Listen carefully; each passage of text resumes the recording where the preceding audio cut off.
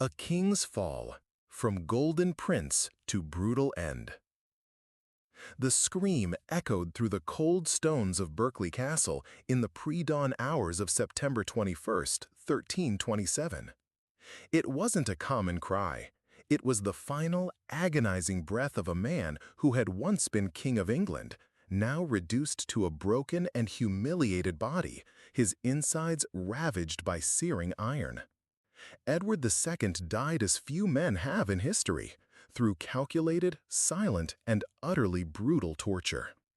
But to understand the savagery of those final moments, we must rewind the clock and watch how a golden prince transformed into one of the most despised monarchs of his century.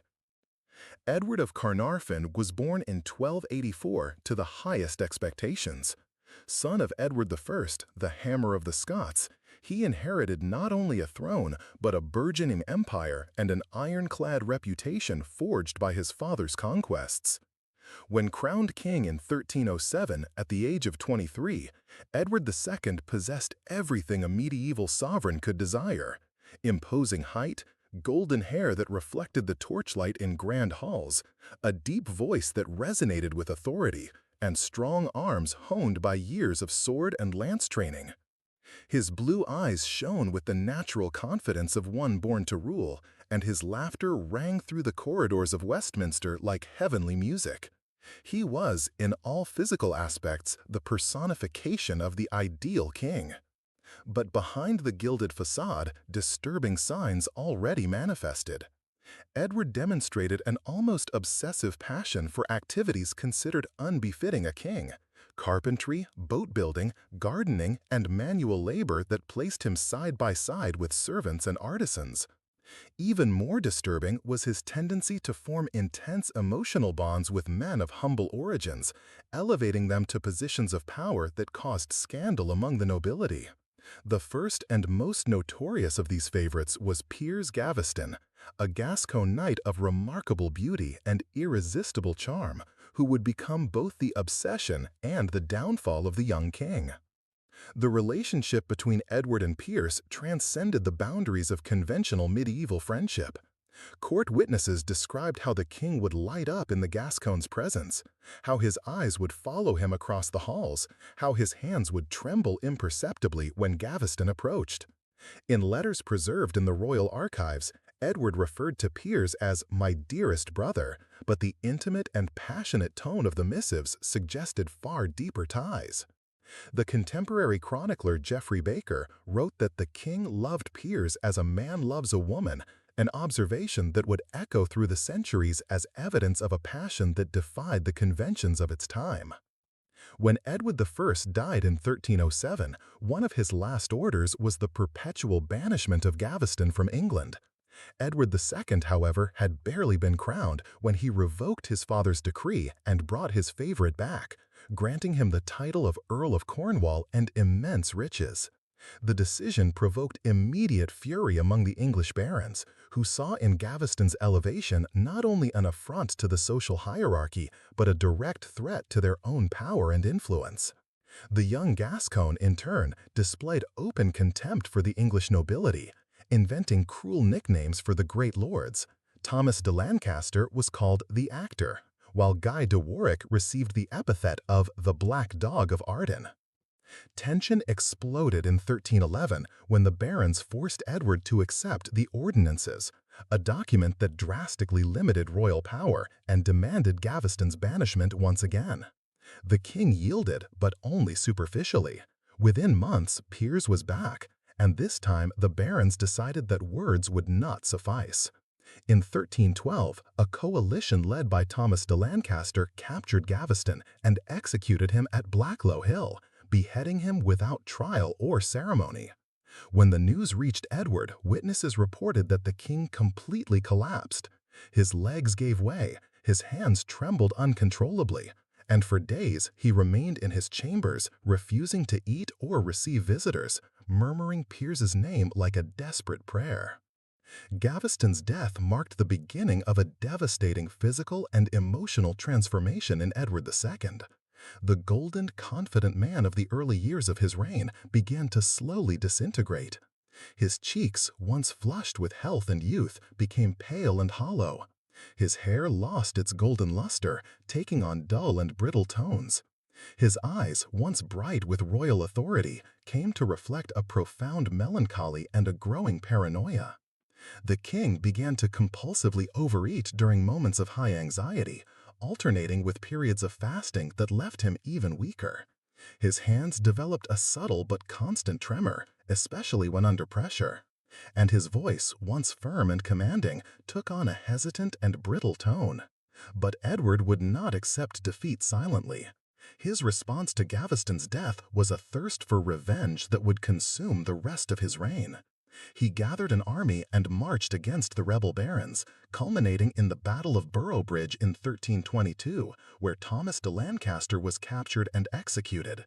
For a brief moment, it seemed that the king had recovered his authority, but the victory was illusory.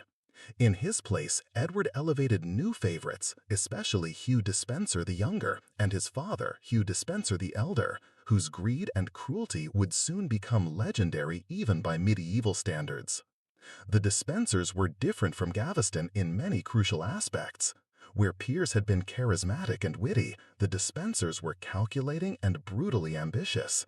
Where Gaveston had provoked the barons with insults and sarcasm, the Despensers systematically destroyed them through land confiscations, arbitrary imprisonments, and summary executions. Hugh the Younger, in particular, displayed a refined cruelty that impressed even contemporaries accustomed to medieval violence. He personally tortured prisoners, confiscated property based on fabricated accusations, and used his influence over the king to eliminate any opposition to his growing power. Edward's physical appearance continued to deteriorate under the Despensers' influence. Contemporary portraits and descriptions depict a man whose noble features were being eroded by stress and paranoia. His cheeks became gaunt, his eyes deepened into dark sockets, and a network of premature wrinkles etched his face. He developed a habit of biting his nails until they bled, leaving his hands constantly injured and infected. His posture, once erect and majestic, gradually stooped, as if the weight of the crown were literally crushing his shoulders. Guards and courtiers reported frequently hearing him talking to himself at night, murmuring strategies of revenge or reliving memories of Gaveston. The situation became untenable when Isabella of France, Edward's wife and daughter of King Philip IV of France, decided she would no longer endure the public humiliation of her marriage. Isabella was a woman of remarkable beauty and sharp political intelligence, but she had been systematically ignored and humiliated by her husband in favor of his male favorites. In 1325, she traveled to France on a diplomatic mission and there met Roger Mortimer, an exiled Englishman of irresistible charm and boundless ambition.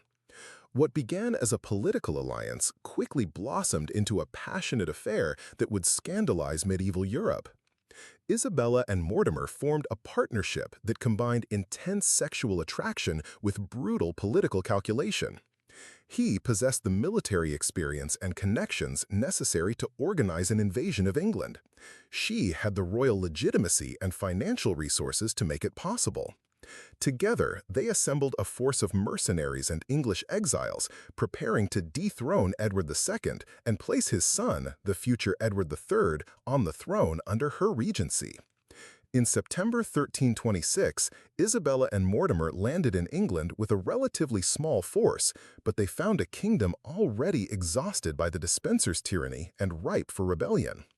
Edward II, confronted by widespread revolt, succumbed to complete panic. Witnesses described his mental disintegration in the final days of his reign. He wept uncontrollably, clung to the Despensers like a frightened child, and alternated between impotent rage and abject despair. His appearance became grotesque: uncombed hair, soiled clothes, eyes red and swollen from constant weeping. If you're enjoying this journey through the darkest moments of real history, consider subscribing to the channel to continue uncovering stories like this, where power and tragedy intertwine in ways that forever marked the course of humanity. Edward's desperate flight through the Welsh marshes was a final humiliation for a man who had already lost everything. Hugh Despenser the Younger was captured first and executed with a cruelty that shocked even medieval standards. He was dragged through the streets, castrated while still alive, had his entrails removed and burned before his eyes, before finally beheaded. Edward, witnessing the capture of his last favorite, completely collapsed. When finally captured, he offered no resistance. He simply surrendered, muttering incoherently about Piers Gaveston and begging for mercy. The forced abdication of Edward II in January 1327 was a political theater carefully orchestrated by Isabella and Mortimer. The former king, reduced to a pathetic shadow of his former majesty, was forced to publicly renounce his claim in favor of his teenage son. Witnesses reported that Edward wept throughout the ceremony, his tears falling on the royal symbols he was being forced to relinquish. His hands trembled so violently that he could barely hold the abdication documents, and his voice was almost inaudible as he uttered the words that ended his disastrous reign. But abdication wouldn't suffice for Isabella and Mortimer. A living ex-king represented a constant threat. There would always be the possibility of a restoration, especially if Edward managed to escape or if some faction decided to support him. The decision to eliminate him was made with the cold calculation that characterized all of Mortimer's actions, but the execution of an anointed king presented significant practical and political problems. It couldn't be public, as this would generate sympathy for the victim and questions about the legitimacy of the new regime. It couldn't leave obvious marks of violence, as this would confirm suspicions of murder. The solution found was diabolical in its sophistication. Edward was transferred to Berkeley Castle, a remote fortress controlled by Thomas Berkeley, an ally of Mortimer. Officially, the former king was being held in protective custody, but the reality was far different. From the moment he arrived at the castle, Edward was subjected to a systematic campaign of humiliation and psychological torture designed to completely destroy his sanity and physical strength. He was housed in a damp and fetid cell situated directly above the castle sewers, where the stench of human waste and rotting flesh was unbearable. His meals consisted of spoiled leftovers and dirty water, when he was given any food at all. But the cruelest torture was psychological. His captors forced him to stay awake for days on end, making constant noises outside his cell. They dressed him in women's clothes and forced him to shave with cold, muddy water, a humiliation designed to destroy any vestige of royal dignity he still possessed. Guards reported that Edward frequently talked to himself, sometimes whispering to imaginary portraits of Gaveston, other times shouting orders to subjects who no longer existed. Edward's physical deterioration during his months of captivity was dramatic and disturbing. His body, once strong and athletic, wasted away rapidly. His ribs became visible through pale and blotchy skin, his arms lost all muscle, and his legs became so weak that he could barely stand for extended periods. His face transformed into a gaunt mask of suffering, sunken and glassy eyes, consumed cheeks, cracked and constantly bleeding lips due to dehydration and malnutrition. His hair, once golden and lustrous, turned gray and fell out in clumps, leaving bald patches on his scalp. The deliberately inhumane conditions were part of a larger plan. Isabella and Mortimer hoped Edward would die naturally from the appalling conditions, allowing them to claim his death was the result of illness or despair. But Edward, despite the physical and psychological torture, showed surprising resilience. His body refused to succumb, perhaps sustained by a stubborn will to live or simply a stronger constitution than he appeared to possess. In September 1327, Mortimer's patience ran out. Rumors of a possible plot to free Edward began to circulate, and he decided he could no longer afford to wait for a natural death. The order was given: Edward II must die, but in a way that left no obvious evidence of murder. The chosen method was as brutal as it was ingenious, a form of execution that would become one of the most infamous in medieval history. On the night of September 21, 1327, 4 men entered Edward's cell. Thomas Gurney and John Maltravers, knights in Mortimer's service, accompanied by 2 professional assassins whose names were lost to history. Edward, already reduced to a shadow of his former self, surely realized his end had come. Later witnesses, likely guards observing from a distance, reported that he begged for mercy, offering imaginary riches and promising never to reclaim the throne. His pleas were ignored. The assassins had brought specific equipment: a heavy plank, ropes, and, most disturbingly, a long iron poker that had been heated to glowing red in the castle forges. The chosen method was diabolically precise. Edward would be killed by internal perforation, leaving no visible external marks, allowing his murderers to claim natural death from illness or despair. The former king was brutally overpowered and forced to lie face down on the plank, which was then positioned over his chest and back to completely immobilize him. Ropes bound him in place, leaving him utterly defenseless. What followed was recounted in later chronicles with details that still provoke horror today. The glowing iron poker was inserted through his anus, piercing his intestines and internal organs with calculated precision to inflict maximum agony before death. The scream that echoed through Berkeley Castle that night was described by witnesses as inhuman, a sound of suffering so intense that guards hundreds of yards away awoke in terror. Edward II, who had ruled England for 20 years, died in indescribable agony, his body convulsing violently before finally succumbing to massive internal injuries. His assassins worked with professional efficiency, ensuring there were no external marks that could incriminate Isabella and Mortimer. The official discovery of the body was carefully orchestrated. The following morning, Thomas Berkeley found Edward dead in his cell, seemingly a victim of natural causes. The body was quickly embalmed and prepared for public display, with special care taken to hide any evidence of the actual method of execution. When shown to the public, Edward appeared to have died peacefully, without visible signs of violence. But rumors began almost immediately. Guards whispered of the terrible scream that had echoed through the castle. Locals spoke of strange activity in the forges during the night, and gradually the truth about the brutal method of execution spread. Later chronicles, written decades after the events, preserved specific details that could only have come from eyewitnesses, suggesting that the secret was poorly kept from the start. The funeral of Edward II was a masterfully orchestrated spectacle of political hypocrisy. Isabella, dressed in elaborate mourning, publicly wept for the husband she had murdered, while Mortimer organized grand ceremonies celebrating the former king's well-lived life. The body was displayed in several towns during the journey to Gloucester Abbey, where he would be buried, allowing subjects to pay their respectful last respects to the dead monarch. Crowds attended, many genuinely saddened by the premature death of a king who, despite his flaws, had been anointed by God. But the cruelest irony was that in death, Edward II found something that had eluded him in life: genuine sympathy.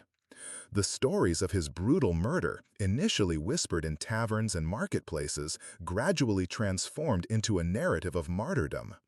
The man who had been scorned as a weak and degenerate king became, post-mortemly, a tragic figure, the victim of an ambitious wife and calculating lover who had orchestrated his destruction for their own political ends. Isabella and Mortimer only briefly enjoyed the fruits of their crime. Their scandalous relationship and joint rule began to generate opposition almost immediately after Edward II's death. The young Edward III, technically king but still under guardianship, watched and plotted with the patience of a born predator. In 1330, at the age of 18, he orchestrated a daring coup that resulted in Mortimer's capture and his own mother's exile. Mortimer was executed for treason, while Isabella was forced into retirement, living out her days in obscurity and regret. Justice, if it can be so called, came equally brutally to some of Edward II's direct assassins. Thomas Gurney fled to the continent, but was eventually captured and executed. John Maltravers managed to escape for longer, but he too ultimately paid with his life for his role in the royal murder. The two anonymous assassins simply vanished from history, likely eliminated by the organizers of the crime themselves to ensure their permanent silence. But perhaps the most poetic revenge came through historical memory. Isabella, who had orchestrated Edward II's downfall to secure her own power, found she had engineered her own destruction. Her reputation, once untouchable as the daughter of the French king and Queen of England, became forever stained by the moniker the She-Wolf of France. Mortimer, who had calculated that Edward's murder would guarantee him lasting power, found he had merely signed his own death warrant, albeit a few years late.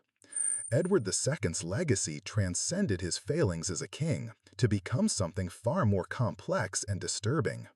His story became a meditation on the dangers of misused absolute power, on the destructive consequences of unchecked passion, and on the brutal mechanics of medieval politics.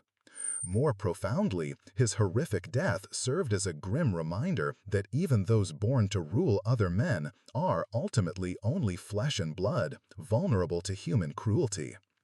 The specific brutality of his execution, the ultimate and literal violation of his body through the most humiliating method possible, carried symbolism that did not go unnoticed by contemporaries. His tomb at Gloucester remains a monument not only to a failed king, but to the human capacity for both profound evil and belated compassion. In the stony quiet of the abbey, where his remains have rested for over 700 years, the echo of that terrible September 1327 cry still resonates, an eternal reminder that, in the end, we are all just fragile flesh in a world that offers no guarantees of mercy to anyone, regardless of the blood that runs in our veins or the crowns we may wear on our heads.